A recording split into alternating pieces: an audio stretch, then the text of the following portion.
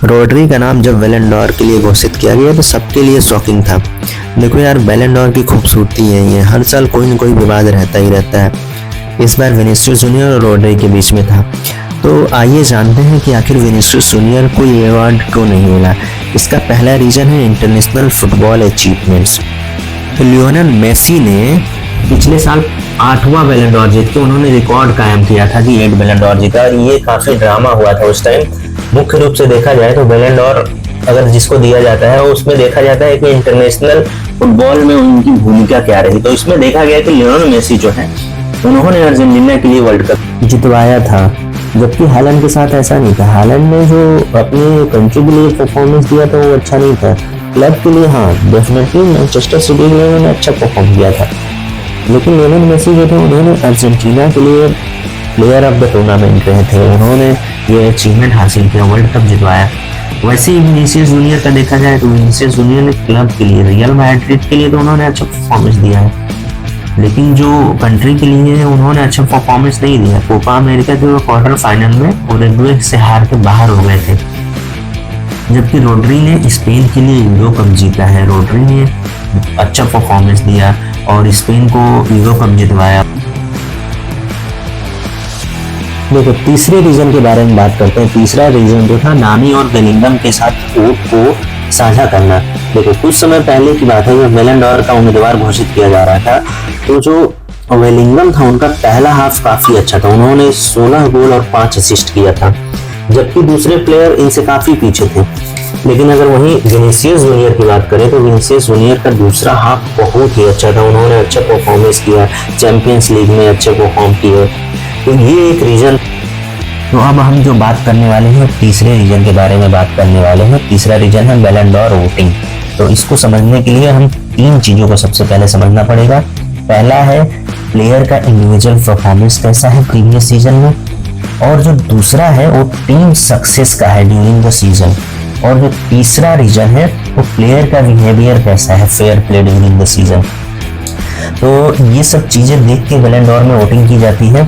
तो इसमें ज्यादातर प्लेयर्स क्या होता है, पहले दूसरे में तो सही होते हैं, तीसरा जो रीजन होता है वो निर्णायक हो जाता है। जैसे विनीसियस जूनियर के केस में क्या था कि विनीसियस जूनियर ने बहुत सारे प्लेयर्स को डिसरिस्पेक्ट किया, इनका ब्लैक लिव्स मैटर चलता रहा।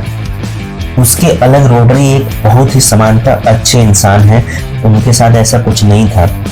जो विनीसियस जूनियर का व्यवहार था वो बहुत ही डिसरिस्पेक्टफुल रहता था दूसरे प्लेयर के प्रति, जबकि जो रोड्री है इन सब मामलों में अच्छे थे।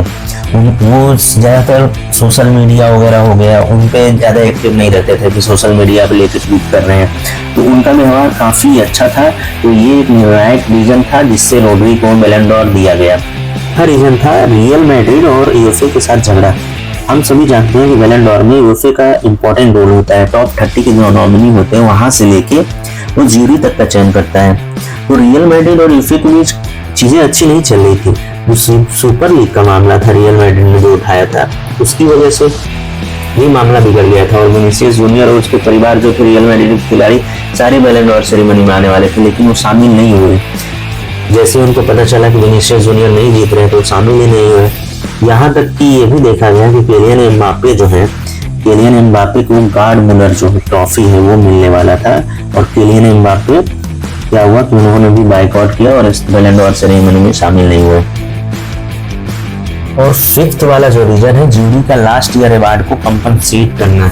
जैसे बैलन डॉर का जो फैसला होता है ज्यूरी के वोटिंग्स होता है, तो इसमें भावनाओं का काफी भी खेल होता है। जैसे हालांकि क्या हुआ कि पिछले साल उन्होंने नहीं जीता क्योंकि वो सिटी के साथ बहुत सारी उपलब्धियां हासिल की, लेकिन फिर भी वो बैलन डॉर नहीं जीतता है।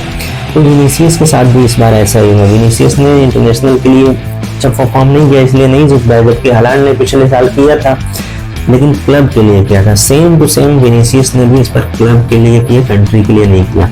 लेकिन रोड्री के साथ ऐसा नहीं था।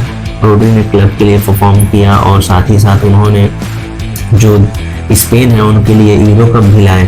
तो ये सारी चीजें लोगों के दिमाग में चलती रहती है और ये सारी भावनाओं ये सब देखने के बाद डिसाइड किया जाता है कि सबसे ज़्यादा डिजर्विंग कौन है। तो ये मेरे 5 रीजन थे जिसको मैंने एक्सप्लेन किया। देखने के लिए बहुत सारा धन्यवाद।